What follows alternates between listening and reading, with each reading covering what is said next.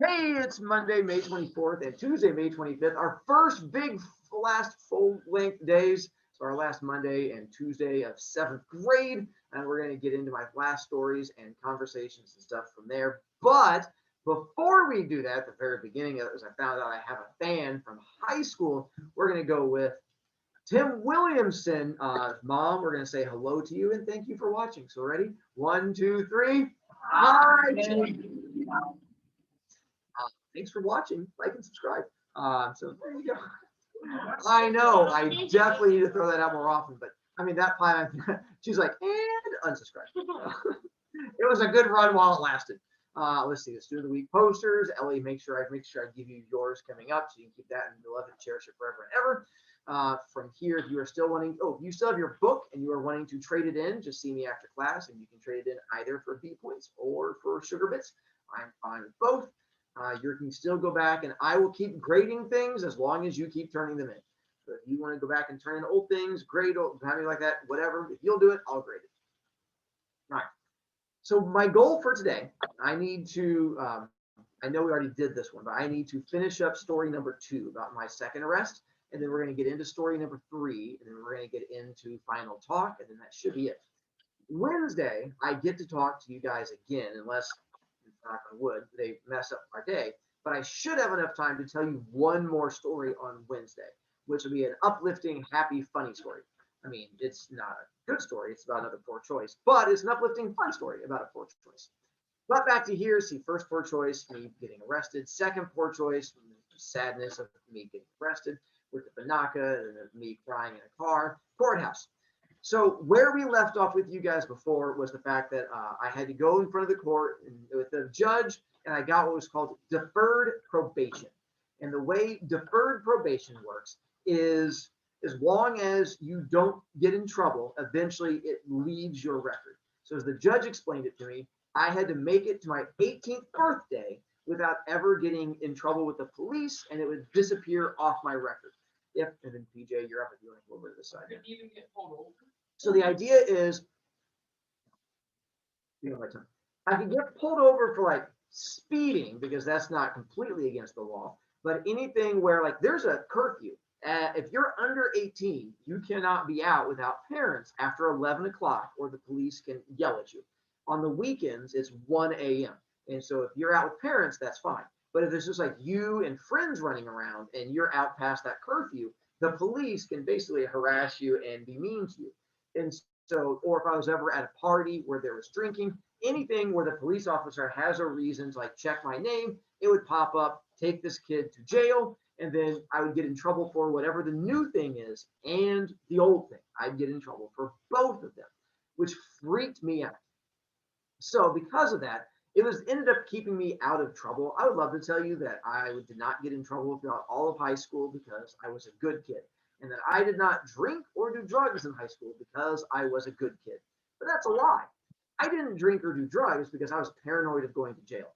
And so I got through all of high school without drinking, without doing drugs, without any of that because I was scared to death about getting in trouble with the cops, which also made high school really boring for me, but I made it through without getting arrested. And I got all the way to my 18th birthday, which was at the very end of my senior year. And at that point, in theory, I was cleared and everything was good. And there was no more me having to worry about getting in trouble and stuff like that. So yay, me there. But to rewind a moment, told you I was on the wrestling team. 2 stories I need to connect to this last little bit. So found out when my mom told me I had to go to school as part of my punishment, dealing with kids at school was only part of it. The other big part of it was the wrestling team, because apparently coaches don't like it when their wrestlers get arrested, or any coach does not like it when their players get arrested. And that was especially true with my coach, Coach Knotts. He found out I got arrested on the bus ride that day when I got arrested. They were going to the wrestling meet, and it was on the bus, and he was doing the roll call, and he got to my name, and I couldn't answer because I was busy being arrested. And all the kids on the bus were like, he can't answer because he's in jail. And he's like, no, seriously. And they all just started laughing. Like, no, we saw him going to get arrested. It's the greatest thing. He was in a handcuff. And so coach not happy. Next day, I show up for school. Day was awful. Kids were awful. I had mints thrown at me. I had things taped to my locker. I had kids ask me about my breath and making fun of me, giving me nicknames. I hated every minute of it. Got to wrestling after school. Walk in there. We had a wrestling room, which was set up like this. It was like not like the gymnasium or the LGI. It was a legit room set aside just for wrestling. And we were sitting in like this little corner over here in the little wrestling room, and the coach was talking to us, and he was not happy. And he started off with a whole, when you make a mistake, you embarrass the team. When you embarrass the team, it makes all of us look bad. We don't want to look bad, so we need to learn from our mistakes. And I was like, oh, this is not going to go well. So he goes, so here's what we're going to do. Today is going to be a throwing drill day. For those of you who are not wrestlers, throwing drill is it's basically you go a headlock where you grab arm, wrap head, and then you throw them over your hip. And there's a real gentle way of doing it where you can just like slide them down. And there's also a bad way of doing it where you can hurt people. And I was like, oh, this might not go well. But being the 130-pound pile of sticks that I was like, not a problem. I'll go find another tall, skinny kid and I'll wrestle him. So I found the other tall, skinny kid. And I was like, all right, it's a wrestling drill day. And the coach saw me and goes, BroviCast, what are you doing? And I was like, I need my partner. He's like, no, we already have your partner. And I was like, well, that's not good. He goes, Laux, come on over here. Corey Laux was our heavyweight. He weighed 260 pounds. He was also a senior when I was a freshman. So he was 4 years older than me, shaved, like full bushy beard, and was all muscle. He was not a fat 260. He was like a Drax the Destroyer 260. And so he walked over and he was like, wrestle kid. And I was like, oh. And so he grabbed me and the coach was like, all right, throwing drill. And so Laux steps in, grabs my arm, grabs my head, and with his muscles, my legs became a rainbow. It was like, when it crossed, and I hit the ground, one shot out of me. I was like, like a weird squeaky sound. And of course, he thought that was hilarious. We got back up and like, again. And I'm like, he was like, over and over again, smashed, squeaky, smashed, squeaky. And eventually, I was like, all right, I'm going to get strong. I can do this. So I eventually got to the point where he would throw me and I wouldn't squeak. It's like, big boy. And so I was happy. Laux, not happy. So what Laux did was what's considered slightly illegal. When you throw someone, your feet have to stay on the ground so that you don't hurt them.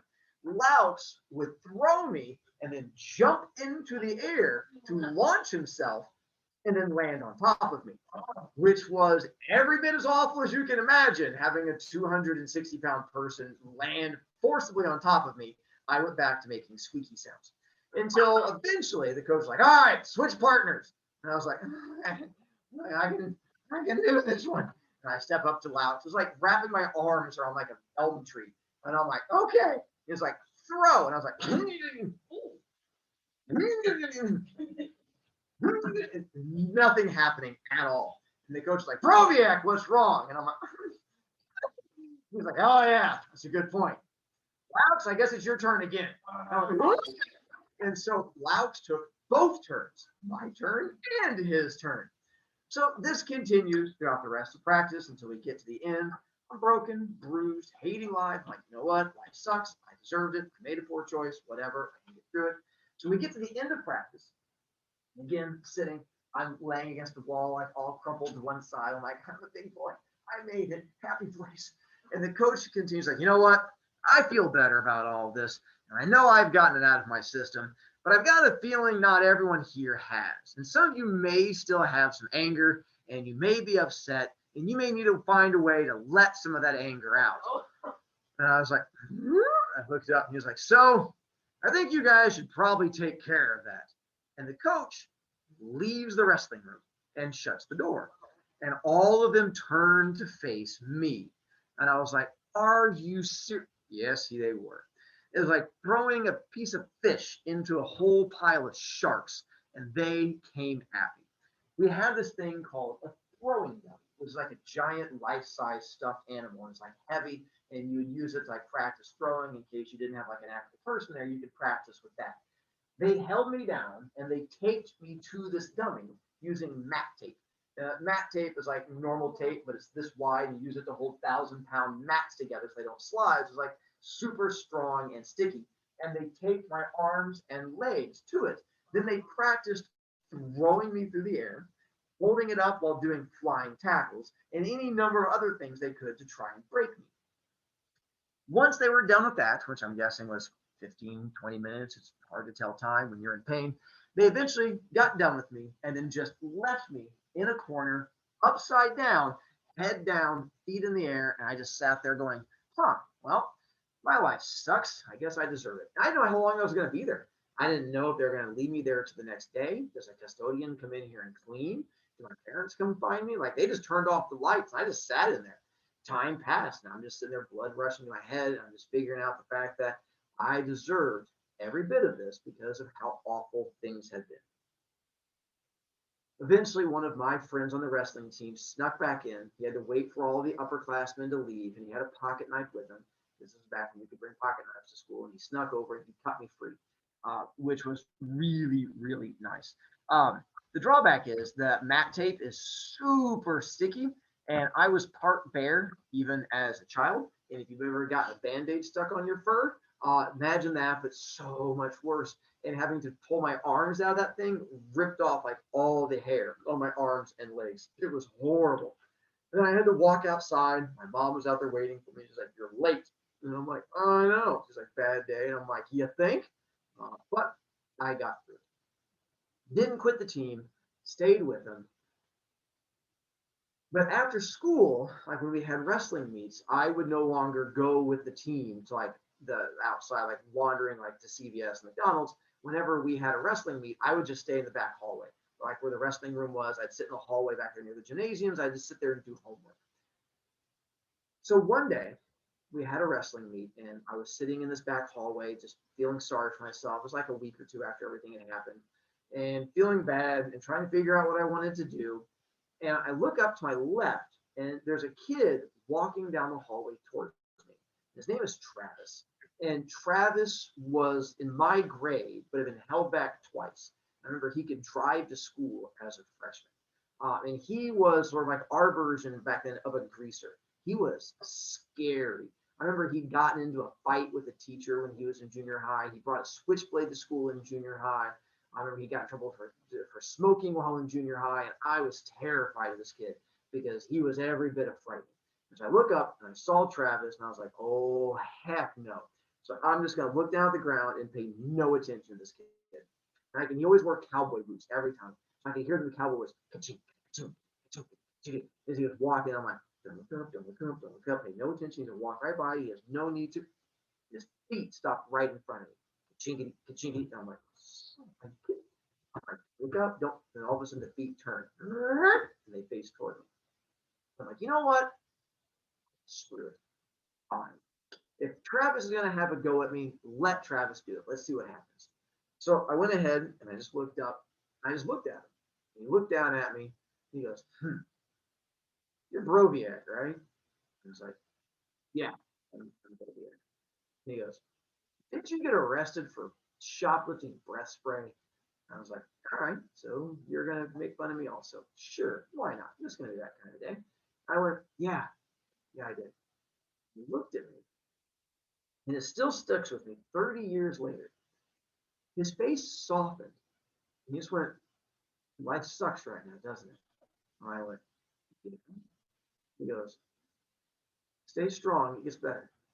And I went, "What?" He goes, "When I was in junior high, I stole a bag of pencils from a store on a dare. My dad found out. I got arrested. My dad beat me. Friends made fun of me. Felt like an idiot. It was like one of the worst days of my life. I was like, what the heck's going on? Like, what are you talking about?" And he was like, "But you know what? You wait a little while, and kids will get distracted, and they'll make fun of someone else, and it gets better. You just got to hold on until then. Can you do that?" I went, "Yeah." He goes, "All right, man." And he just turned and walked away. No idea why this kid who had only ever been mean to me and had only ever been a jerk and was the school bully chose that day to be nice to me. But like it changed me because not only instead of being mean was he nice to me, but It was some of the best advice I've ever gotten because he was right. A month or so later, another kid did something stupid at school, and everyone paid attention to that. By spring break of that year, no one even remembered I'd gotten arrested. It was such a thing in the past that no kid paid attention to it. By the end of my freshman year, no one cared that I'd gotten arrested. It was just that story that people would tell on occasion. You just had to be strong enough to get past it. As mean as kids are, they also have the attention span of a moth. And a lot of times, if you just wait long enough, it passed by. And the fact that he took time out of his day to be nice to me, it meant a lot to me. So I got through the next 4 years of school until till end of my senior year. End of senior year of high school, I got accepted to IU down in Bloomington, and that's where I was going to end up going to school. And I had not gotten in any trouble, managed to get through all of high school with it. Kind of boring, but got through all of high school with it, and things went fairly well overall. Had not, still did not drink, didn't do drugs, and none of those poor choices. And going down to IU, I brought my car with me. And a lot of kids, when they go to college, don't bring their cars because, especially at IU, you have to pay extra. And I worked at a movie theater all my senior year, so I'd saved up money so I could bring my car down there. And I had a Mazda RX-7, which was this nice little sports car, except it only had two seats, driver's seat, passenger seat, and it was called a hatchback. And the hatchback was like this big glass area, which was fun because it was a sports car, but the drawback was you couldn't fit a lot of people in there. So whenever I drove somewhere with like friends, I'd have like they always called shotgun, and then whoever wasn't in shotgun had to sit in the back like a bag of groceries. Super illegal and super dangerous, but no one ever got it. And so that was the car I ended up bringing with me down to college. Sorry, they're having internet issues. So I bring this car with me down to college, and it works out well. I lived at Wilkie, which is the dorm there, and I was the only kid on my dorm floor with a car. Now, given it was only a two-seater, but being the dumb kids that we would take it to like the movies. And I remember we packed 6 kids in at one time, which you should not put 6 people in this car at all. But it was me driving. I had a friend sitting next to me, then the smallest friend were on his lap, and then we put the other ones in the back, like a bunch of like a big pile of pigs. On you had like sit there and push it down, like it would snap closed. It was awful. But then being teenagers and idiots, we're like, this is so much fun. As we ended up driving out to the movies, whenever kids needed to go somewhere, they'd come talk to me. I was like, yeah, I'll give you a ride. Absolutely. So things went well. Made a lot of friends my freshman year because of that. Happy. One of them was a kid by the name of Fish, Josh Fisher, nickname Fish. And so he decides partway through our freshman year that we're going to throw a birthday party for another kid on our floor named Mo. And we really liked Mo, and he was a good kid. And they're like, hey, let's throw a surprise party for Mo. We're like, yeah, that's a great idea. So we all get together, like, let's do a party. They're like, you know what we should do? Let's get a whole bunch of beer, and then we'll use that for the party. And I was like, whoa, okay, here's my problem. And so I explained, I'm like, see, I got arrested when I was a kid, and I think it's off my record, but I'm kind of on the shit side. And so because like I don't want to get in trouble, so how about we go with no?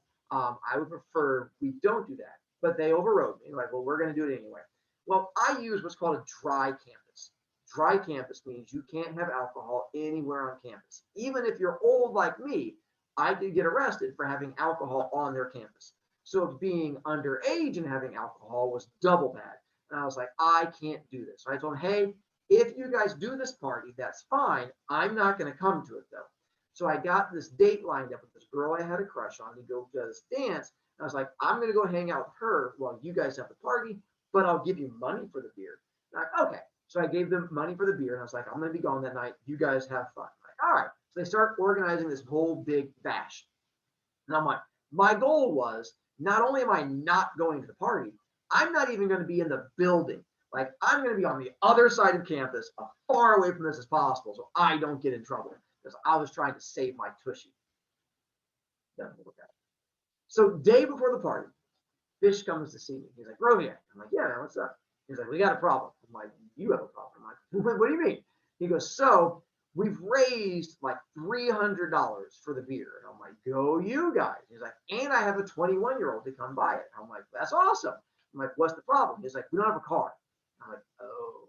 He goes, can you let me borrow your car so that I can go buy the alcohol and then we'll bring it back? He's like, just give me like an hour's night to borrow it, and then we'll bring it back. I just need to drive around the 21-year-old. I liked Fish. I did not trust Fish.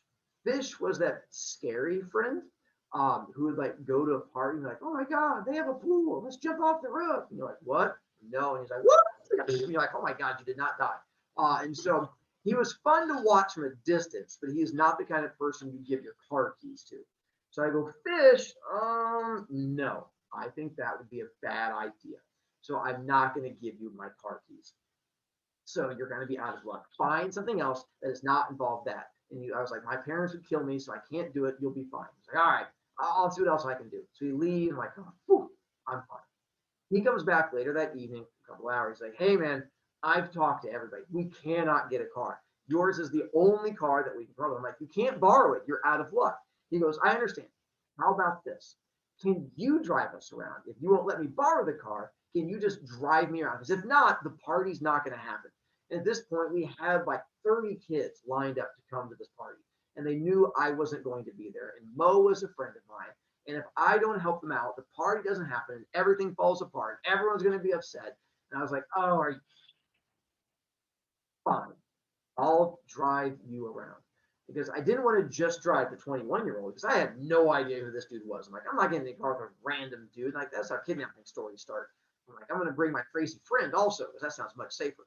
So it was me and then the 21-year-old, and then Fish sat in the very back of where the car was. No, the 21-year-old. No, because the 21-year-old had to get out of the car to go buy the beer, so he had to look normal. And if he's getting out the back of this car, it looks even more suspicious. And we had to be as little sus as possible. So we would drive around to all of these liquor stores. It's illegal for me to even be in the parking lot of the liquor store because being underage on a college campus, they'll pull you over if you look underage just being in the parking lot. So just pulling into these parking lots, I'm like breaking a sweat and freaking out with driving around. We ended up buying 10 cases of this beer. There was like 300 cans of all of this in the back of the car. And it was this little tiny back of this car. And we just kept throwing in the cases every time we stopped. Plus, Josh is sitting back there over Fish this whole time. So Fish, on top of all of these cases of beer, we brought a blanket. I had like this old wolf blanket with this wolf blanket over to try and hide things. We bought so much beer as we're driving around, the back of my car starts like bottoming out. So it looks like you're constantly driving uphill the whole time. I just kept getting more and more nervous. I'm like, this is awful. I'm going to get in trouble. It's like, we have to stop. So we got to like the 5th liquor store. I'm like, this is it. We have to go home. I can't do anymore. It's like, I'm starting to break a sweat here. They're like, oh man, you got to chill out. I'm like, I'm not going to chill out. I'm like, I want to get out of the car.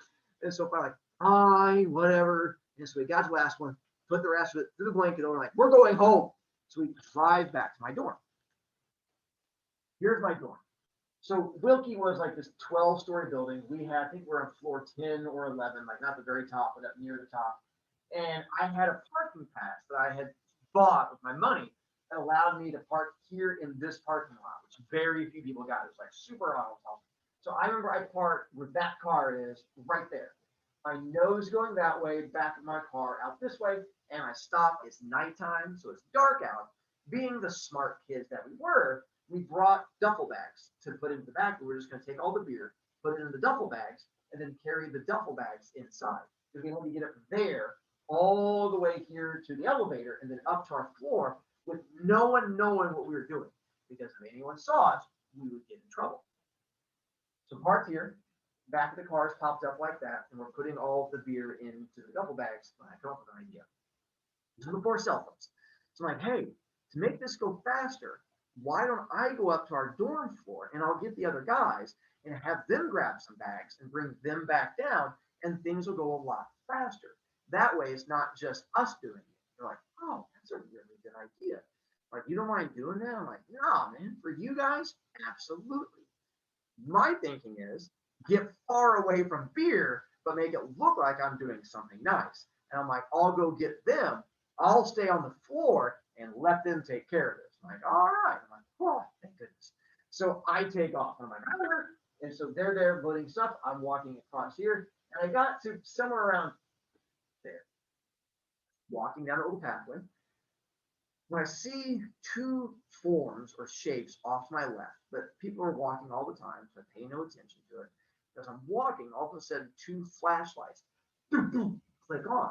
And I'm like, ah! I'm like, what are you? And I hear a deep voice going, hey, where are you going? And I'm like, that was kind of weird and creepy. I'm like, to my dorm right there. And they go, oh, where'd you come from? And I'm like, what are you creepers? And as I can look, I can see past the flashlights, and it's two police officers just walking through the grass because that's how my luck was. And I was like, I just parked. I just got home for the night. I'm going up to my dorm floor. And they keep walking, and I'm trying to keep walking while I'm talking to them. And I want to get them far away from back there. And they go, wait up for a minute. I'm like, no, I'm going up to my dorm floor. And they go, no, where did you come from? Like, my car. And they go, oh. And both their flashlights turn from me to aim back towards the car. Oh, no. Luckily, Fish and the 21-year-old heard this, and being the smart kids they were, took the blanket, threw it over everything, closed the back of it, and did that nonchalant, we're not doing anything suspicious lean on the back of the car. And so the police officers shined both their lights, and they're like, hey, just leaning against the car. And the police officers go, can we go see your car? And I knew this was not going to go well. So I go, no, because that seemed like the right answer to give, because I did not want them going anywhere near my car. And they go, oh, well, we're not asking. Come with us to go look at your car. And I went, okay. And so I walked back with them over to the car, and Josh and the 21-year-old are just staring at me, and their eyes are really big. And I'm like, and then we get up there, and the police officers walk up. They go, evening, gentlemen. They're like, hey. And they shine their flashlights into the back window. The drawback to it being a hatchback is you can just see right to the back of my car, and they can see this blanket covering a really big pile of lumpy something. And they go, huh, well, what's underneath the blanket? And I go, car stuff, because I'm smart. I go, car stuff. They go, oh, can we see your car stuff? And I go, no, because I've seen police shows and I don't want them to see my car stuff because I know something about a warrant. Although at 18, I don't know what a warrant is, but I think it prevents you from seeing my car stuff. So I just go with no. And they go, we'd really like to see your car stuff. We think it'd be a good idea if you showed us your car stuff. And I go, no, because now I'm not so sure how that warrant thing works. And they go, oh, well, let me explain. You have two options right now. And I go, okay. They go, option one, you're going to pop the trunk, lift it up, pull back the blanket, and show us the car stuff. And I go, what's option two? Because I did not like option one. That did not seem to end well for me. They go, oh, option two, we're going to sit on the back of your car, and we're going to call it tow truck. And the tow truck is going to show up, and we're going to tow your car down to the impound lot. Once it's down there, we're going to call a locksmith. And the locksmith is going to come out, and he's going to pop the locks on your car, and we're going to open up the little trunk area, and we're going to pull back the blanket, and then we're going to look at your car stuff. And as long as it's only car stuff, then we'll apologize and bring your car back, and you'll be perfectly fine, and we'll apologize to you. But if it's not car stuff, and it might be something else, in that case, we're going to come back here, find out which room you're in, and we're going to arrest you. Then you're going to have to pay us back for the tow truck, and for the locksmith, and for the impound lot. So which one would you want to do? Option one or option two? Now I'm like, well, I know what's underneath the blanket. And so what you're telling me is option one, I get arrested right now. Option two, I get arrested later, and you have to pay a whole bunch of money. I'm like, both end in me getting arrested. So let's go for the one that's arrested and not broke. So I went for option one. When I went, all right, and I went over and I was like, ka-chink, ka-chink, and I popped like ka-chink, and it popped up, and I just sort of stepped back. And I watched the two police officers go over, and they lifted back, and they grab the blanket, pull the blanket off. Remember to this day, the same time, both of them went, Jesus, that's a lot of beer. And I was like, oh, that does not end well. No story begins with, Jesus, that's a lot of beer. Have fun. And so I'm assuming bad things. And so they looked at the three of us and they went, so whose car is this? And Fish and the 21-year-old immediately went, theirs, and pointed to me. I considered not claiming the car and just being like, never seen it before, you can have it, and just throwing the keys at them and hoping that I never saw the car again. But I figured that might not go well because I really did like my car, and it probably was not worth losing it just to avoid getting arrested. So I go, that's my car. They go, your car? I went, yes. They look to Fish and the 21-year-old. They go, gentlemen, you're free to leave. Whoever owns the car owns the beer. I own the car. I own the beer. So 21-year-old and Fish, they didn't own anything. They were just innocent bystanders. And so they're like, we can leave. They go, unless you want to stay. They're like, nope. Dust clouds. And they took off running. And they looked at me. They read me my rights. And they put handcuffs on me again. Behind my back, handcuffs on. And then I sat down on the little curb right there. I could look up, and I'm sitting on the curb, handcuffs on, and I'm like, are you kidding me? I just got arrested for alcohol possession, and I don't even drink. I tried to do all the right things, and here I am sitting at this car, getting ready to get arrested. My parents are going to kill me. Life sucks. Whenever as I'm waiting for them, they call the police car to come pick me up, and they come pick up all the alcohol. And it turns out that at IU, the police officers randomly just walk around the dorms at night on the outside, because it turns out a lot of times teenagers are what we call idiots, and they're really easy to catch doing dumb stuff. So if you just walk around long enough outside in the dark in a college, you catch idiot kids doing wrong things all the time, as I found out. So I also, as I'm looking up there, I could look up on the dorm, and I saw like my floor, 10 or 11, whatever it was, all of a sudden like lights started coming on, like vroom, vroom, vroom, and like faces started appearing at every single one of them because they were all the kids from the party. And they're like looking down at me and waving. So I waved back to them with one finger, and because that was all I could get free. And I was like, yeah, I'm gonna give you a wave. And so I waved right back at them. They thought that was hilarious. I could see them laughing even from a distance. And eventually the police car shows up, and they move all the alcohol from the back of my car to the trunk of the police car. And then they put me into the back of the police car. And what I remember when they put me in the back of the police car is it did not have cloth seats. It had seats like the hard plastic ones you're sitting on, like those red ones. And the seats went all like the whole hard plastic. And then the floor was also hard plastic. Like it was all one big weird shell. And I remember also had a little spot where your butt was. That was like a weird little like cotton rabbit bunny spot. Like it turns out it's when you wear the handcuffs, when you sit down, you can put your hands in like a little hand spot. So it was like your hands, how do you do that? You like wiggle them around down there. And so I remember sitting there and I was like, oh. And as I'm driving to the police station, and I was all upset, I'm like, what is going on? Like feeling depressed, all upset with my life. And I look down at my feet, and in the plastic floor, there's a hole just in the ground. And I'm like, well, that's weird. Why is there a hole in the ground? I'm like, you know what? I'm never going to be in the back of this police car again. So why not? So I just asked, like, hey, why is there a hole in the back of the ground? And they go, oh, you see how the seats are plastic? I'm like, yeah, I noticed that also. They go, usually when we pick kids up on the weekend, they're drunk and they just puke everywhere. So it's really easy just to hose out the back.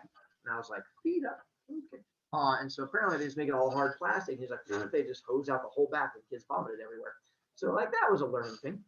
So we get to the police station on the other side of the whole town, and they took me inside. I got fingerprinted. I got the little picture taken with my number up there in front of me, which I would happily show you, but I don't have it. They got rid of it long before I was able to ever get a hold of it now. So apparently get rid of those files after a while. But I got the actual picture standing against the wall holding the thing. And being 18 years old, they don't contact your parents.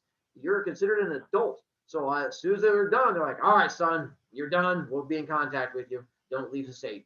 I'm like, oh. And so then I just got to leave. Problem is, I didn't have a car, because my car was back at my dorm and Uber had not been invented yet. So I had to walk 3 miles home in the dark. And it was all sad. And it felt like Charlie Brown music playing the whole time. It was like, blah, blah, blah, blah. And I'm like walking home, like, this is just awful. Like, are you kidding me? Life sucks. I didn't get a chance, didn't even get to go on a date with the girl that I had a crush on because I was supposed to be there. And that never ever happened. I got home and I walked up there and all the friends on the floor were like, hey, you want to come to Mo's party? I'm like, I hate all of you. And so I went back and I laid on my bed, stared at the ceiling, and just hated life. And then eventually I knew I had to tell my parents because I didn't officially have to. I was afraid like they'd find paperwork at some point, like a letter would get sent home and be like, hey, your son got arrested. But I could figure it's always better to tell them than to have them just discover it. So I was like, all right, I'm going to have to tell them. So I waited until Thanksgiving break because I figured family's always happy over Thanksgiving. So over Thanksgiving break, I decided to tell them. But I'd been nervous because my family comes from alcohol and drug abuse. I'm like one of the only people in my family who does not have any kind of alcohol, drug addiction, or I mean, parents, brother, uncles, grandparents, like everyone. It's like horrible in my bloodline. And so it's one of the other things that kept me from drinking in high school was one, where I getting arrested, and two, I did not want to turn out like my family because they were messed up in that area. So I was not looking forward to telling my mom that I got arrested for alcohol possession. But I did. Sat around the kitchen table, was like, Mom, Dad, we need to have a talk. I'm like, what's up? I go, hey, I made a poor choice. I go, what'd you do? And I was like, I got arrested again. It's funny, right? Like, what'd you do? And I was like, I had 300 cans of beer in the back of my car. And so I got arrested for like underage possession. My mom's response was, how long have you been drinking? I go, no, I don't drink. I was like, it was for a friend's party, and that's why I had it. The response was, hon, we can't get you help until you admit you have a problem. And I went, no, no, no, no, no, no, no. I don't. Like, there's no problem. Like, I don't drink at all. Like, I was just like helping out a friend. She goes, no, no, no. If you keep denying it, we can't get you help at all. We can't get you the help you need. I'm like, my family would not believe that I just got arrested for possession and did not actually drink it. So we got into a big fight about my covering up my drinking. And so I was like, what can I do to convince you that I am just an idiot and I was just helping a friend and don't drink? So what they eventually agreed on was I had to invite my friends over. And they interrogated my friends with me in a separate room. Like, I had to call my friends and I couldn't say anything. My friends showed up, they put me in a separate room. Me and my friends sit down, like they did like a whole like police interrogation. And they're like, how long has he been drinking? Like, he doesn't drink. Like, he got arrested for 300 cans of alcohol. Like, yeah, it was for the party. Like, so he doesn't drink? Like, oh no, he's just a moron. And they're like, wait a minute. They're like, so he doesn't drink? Like, no, he doesn't drink. He's just really an idiot. And so I remember my mom coming out and she was like, oh, thank God, you're just an idiot. And I'm like, thank you. So happy. And so they eventually believed the fact that I didn't drink, the fact that their child was just a moron, and that really brought them all kinds of happiness. I hope someday you can make your parents proud of you being a moron also. But the issue is, even though I convinced my parents, the government doesn't care. And when you're underage and get arrested on an alcohol charge, you go to rehab. Like, there is no telling them that you don't drink. They don't care. And so I got to go to alcohol rehab classes at 18, having never had alcohol in my life, because that's the way the system works. And it was on 6 Saturdays in a row at 8 a.m. for 6 hours in a courthouse. And I had to show up and learn how drinking was bad and would ruin your life. And I remember it was weird and awkward, and the first day was the worst. And I still remember to this day, I showed up. The first day it was like 7:45 in the morning in this courthouse. And I was the youngest person there by a lot. Like, everyone there was like in their 20s or 30s or 50s or wrinkly, and they were all weird and creepy people. And so I walk in, I'm like, all of y'all scare me. I'm trying not to be judgy, but you do scare me. And I sat down like little 18-year-old me. I sat in my own little like rows, like movie theater seats, was like in a courthouse. I'm sitting there, I'm like, no one talk to me, no one talk to me. You're all scary, so you guys don't have teeth. And then I look over to my right, and I see this lady like stumbling down, and she looks like she just woke up in a gutter. I mean, she looks semi-homeless. Again, not trying to be judgy, but that was the look I had. And I look over like, I try not to make eye contact with her, but she comes to my row and then just walks down my row. And I'm like, what are you? And then she just sits right next to me and like, boom, and like wave of like alcohol smell. Like, ah. And I'm like, what is going on? And she was like, has it started yet? I'm like, no, weird lady.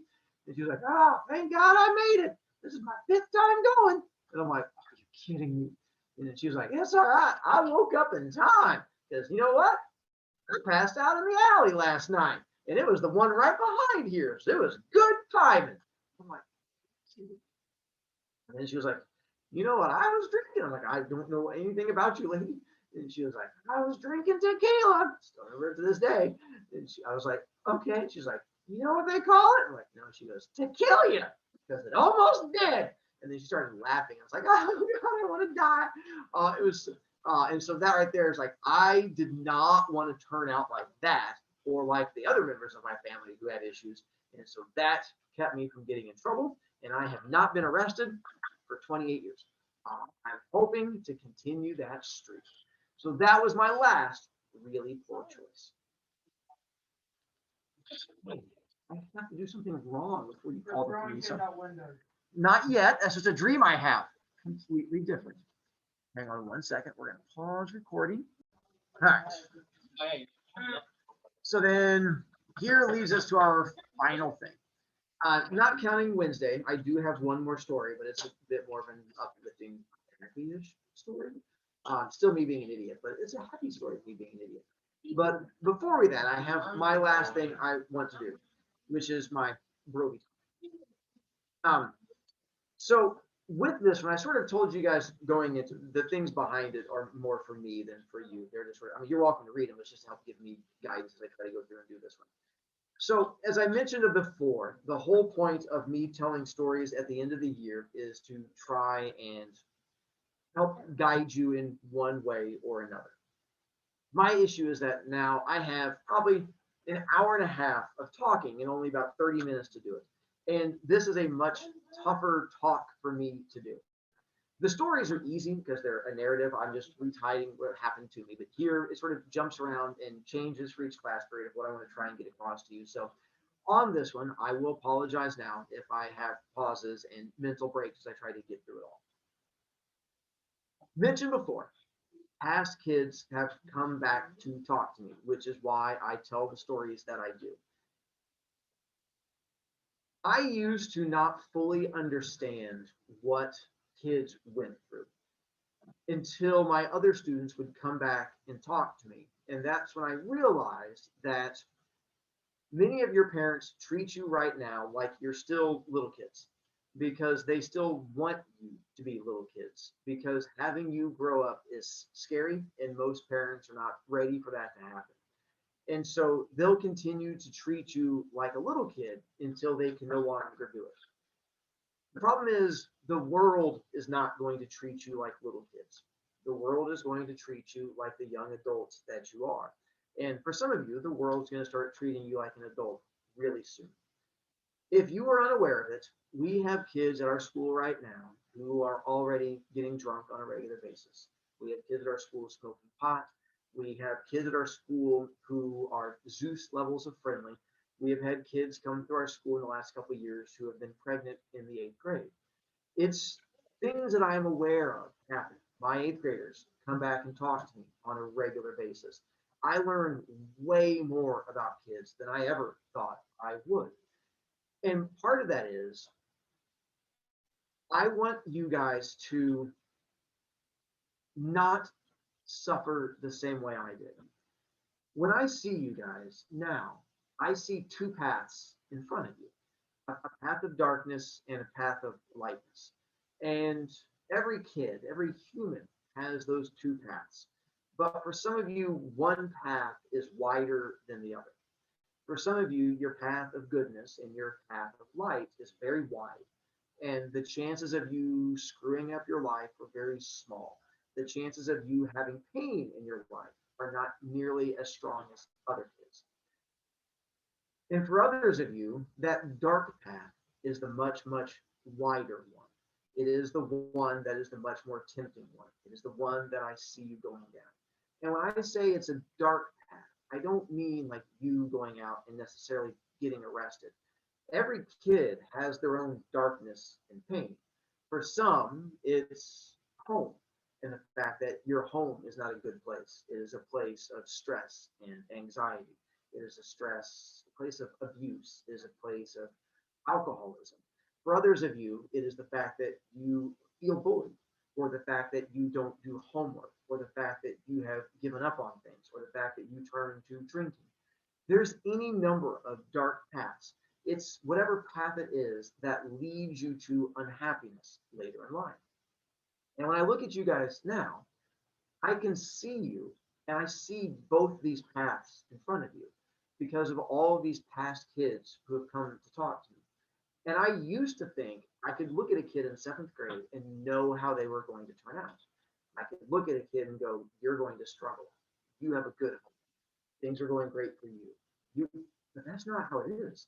I've learned over the years that I'm completely wrong. The kids who I think have everything going for them sometimes have the worst home life possible. And the kids that I think are struggling are happy. So because of that, I've realized I can't know which ones of you are struggling and which ones of you are not. So instead of trying to speak to you individually, that's why I speak to all of you now. And my goal is to try and help give you some guidance. For some of you, what I talk about today will have no meaning whatsoever or very little impact. I'll say some things and you'll get to watch me and you'll enjoy being in class, but it's not going to carry as much weight for you because of what the life is you lead. But for other kids, it's going to hit a little closer to home for you because of what I talk about and the fact it's going to connect to who you are. It's easy as a kid to assume that either your teachers were never a kid, or when they were a kid, they were just like they are as an adult, but only smaller. It's hard to imagine your teacher in junior high or what their personality would have been like in junior high.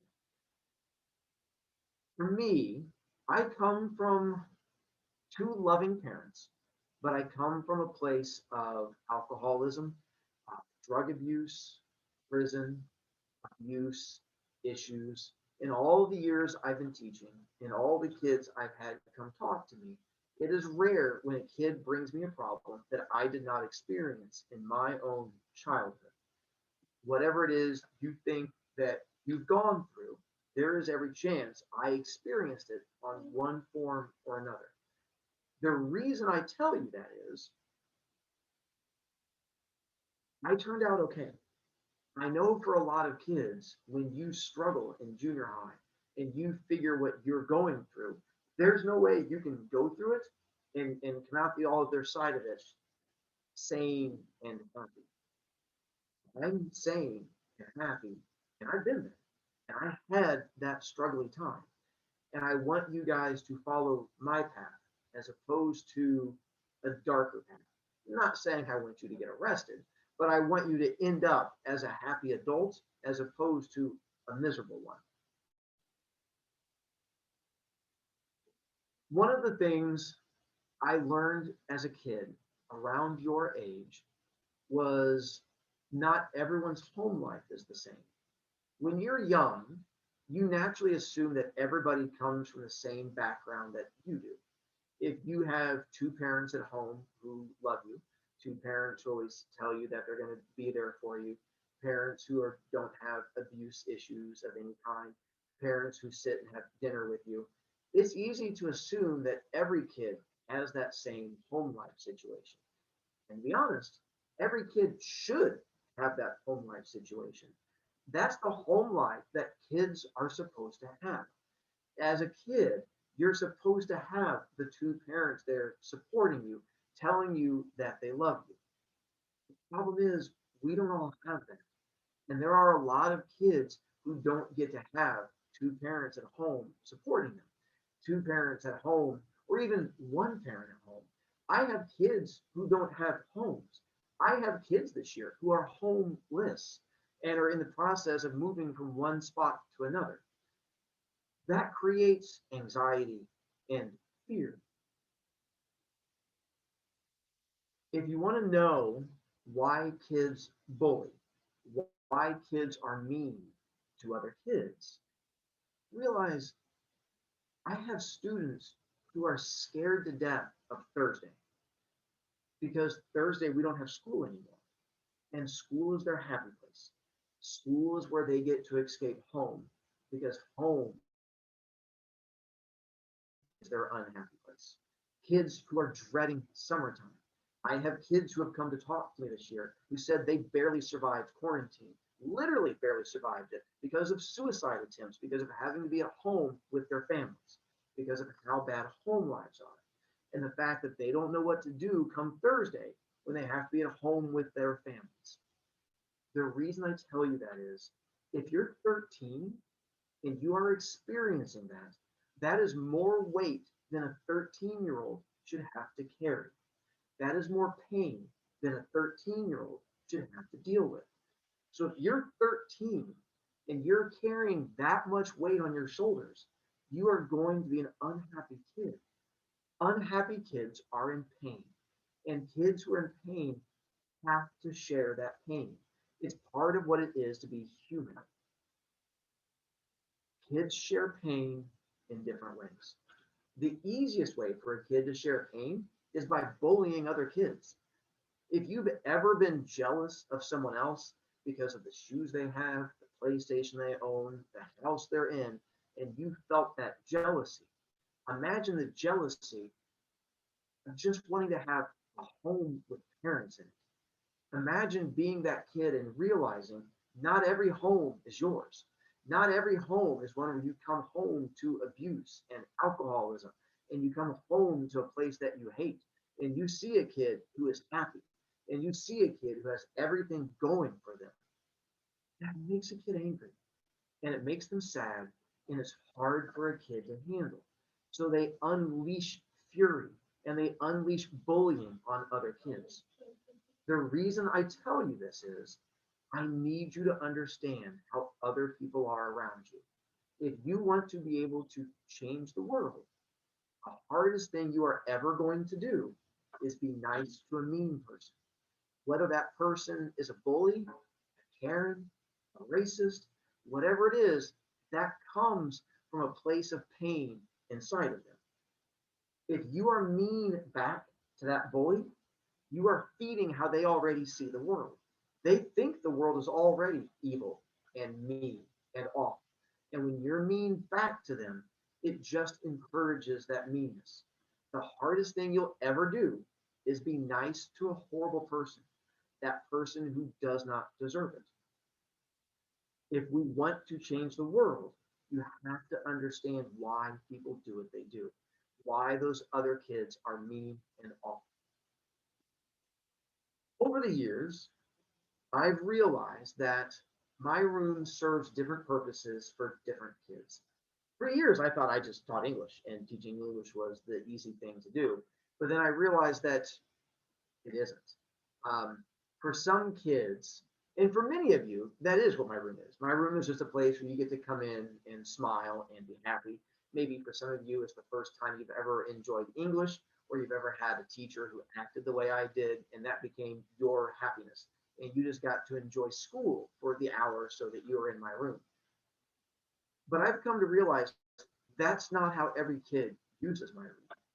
There are some kids who use my room because it's their safe place, because they don't have an adult that makes them happy. I have a number of students who never have good experiences with any adult because both their parents are horrible people. And every interaction they have with teachers is teachers yelling at them. And they get to come to my room and come to one place where someone is not being mean and awful to them. And for those kids, I'm happy my room serves that purpose, that you get to be in here and you get to use my room as your happy place, a place that other kids is their home or their room at their home. And for them, it's here. For other kids, I get used as a therapist, and I have kids who use my remind all the time to send me messages and have communication with me because they need to have human contact with someone who cares about them. And I become that human contact of someone who cares about them. And I'm absolutely happy to do that for them too. and be that person that reaches out for the human contact. For some kids, I'm the adult that holds them responsible. I'm the adult that disciplines them. Whatever role you need me to serve for you, I happily serve that role, whether it be happy place, disciplinarian, therapist, adult you can turn to. I am happy to do that for you. And that does not stop at the end of this year. I don't turn Remind off as soon as we hit June. I use Remind all summer. If there's a time where you need to reach out and you have that moment, my Remind is there and I respond to Remind all summer. I have eighth graders who sign up for my Remind. When I reset it for the next year, they immediately sign back in and they come back in as eighth graders. I have high school kids who have signed up for my Remind every year. Some of them send me messages, other of them just like to have the contact back to that happy place. If that's the thing you need to do, I'm more than happy for that also. If you need to come back and talk in person, I'm happy to do that for you too. When you see me, in general, I come across as a fairly happy person. I smile, I enjoy myself. But what you have to realize is it is a choice that I make. My natural state is I am the shy, quiet kid that sits in the back of the room and does not talk to people. In junior high, that's who I was. I was not this outgoing person who was proud of who he was and full of confidence. I was the kid that would be happily reading a book and be on an iPad if it existed and not interacting with humans. But I realized I wasn't happy doing it. And it wasn't good being a teacher like that way. So I changed how I do things. I chose to be outgoing. I realized what is stopping you from being the person that you want to be. And I asked myself, what is stopping me from being the outgoing person who gets to have conversations with people? And the answer was, I was worried about what other people thought of me. I worried about what other kids thought about me. I worried about being made fun of. And I realized why. Why did I care what other people thought about me? What did I care what popular kids thought about me? I had friends who liked me for who I was. When you stop worrying about other people's opinions of you, it changes how you see the world. One of the things I want you to be able to do when you leave my classroom is be the person you want to be. When you come back in eighth grade, be who you want to be. Don't worry about how other people see you. Dress how you want to dress. Act how you want to act. Be the person you want to be. Will you get made fun of? Yeah, absolutely. Because other humans are awful. My question is, why do you care? If some kid that you don't care about makes fun of you, why are you letting them stop you from being happy? Because they're unhappy and they share their unhappiness with you should not stop you from enjoying who you are.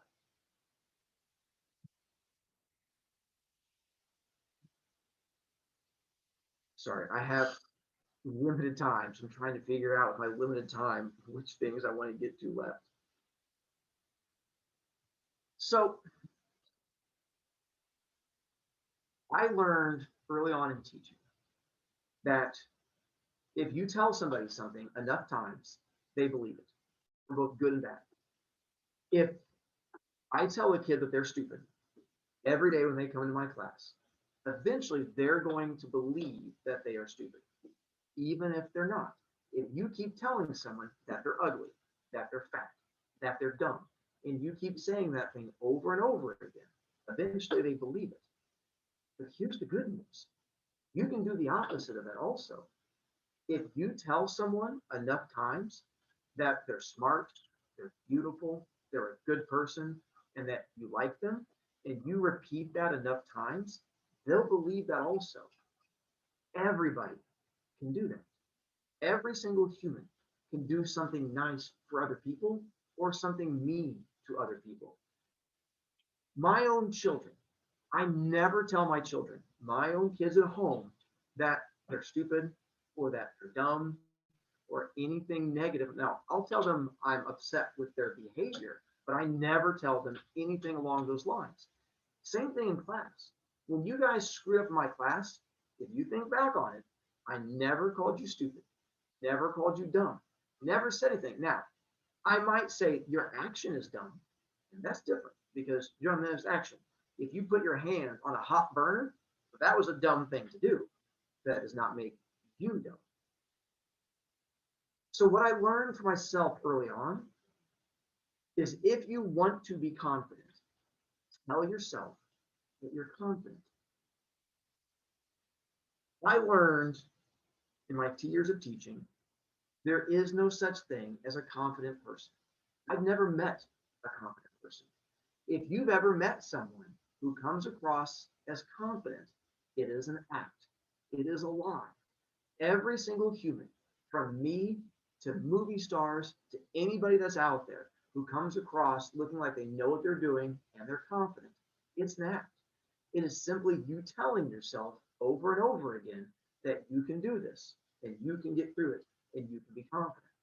The thing is, those people that you see being confident, they've just tricked themselves into it already. You can do the same thing. You just have to tell yourself to be confident. If you tell yourself you're confident, and if you tell other kids that you're confident, and then when they make fun of you, you don't react to it, guess what? That's what confidence is. Confidence is not reacting to the negative things other people say. And every single one of you has the ability to do that. And for some of you, the words I say today will have very little impact, and that's fine. For others of you, it'll be eighth grade. At some point, you are going to be presented with these poor choices of being at a party, and someone at that party is going to be drinking, or someone at that party is going to have pot, or someone at this place is going to want to be friendly, and you are going to have to make a decision, and you're going to have to make a choice. And I would love to tell you that when you make this choice, everything, when you say no, everything comes out perfectly. But it doesn't. Because when I told you that I had to be good in high school, and I had to make my good kid choices, I lost my friends because my friends were going to those parties and we stopped hanging out. And the kids that I hung out with all through junior high, we stopped hanging out when I got to high school. But you find out who your real friends are and you find out how to be confident from that point. And I want you guys to find out the things that make you happy and the way to control your own mood. And that bottom part, the idea that no one can make you feel inferior without your consent. Basically, it means if someone makes fun of you, if someone calls you fat or ugly or dumb, or some kid at school makes fun of you, that only has power if you let it have power over you. If you ignore it and don't give it power, it has no strength over you. My takeaway is control your life. Stop being controlled by the opinions of other people. Choose good, make the world a better place. If you like my class, if you've enjoyed being in my presence, then do the same thing. What I do is not hard. I smile and I'm nice to people, even the bad people. Do the same thing. They say not everyone can change the world, but it only takes one person. I agree. Each and every one of you is that one person. And if you are nice to someone, that changes their world for a day. And as cheesy as it sounds, think about it. If someone has ever been nice to you and you've been having a bad day, if it changed your world, you have that same. We're going to stop there because the eighth graders are going to come in. Wednesday, we're going to get to a much happier story. Have a good tomorrow.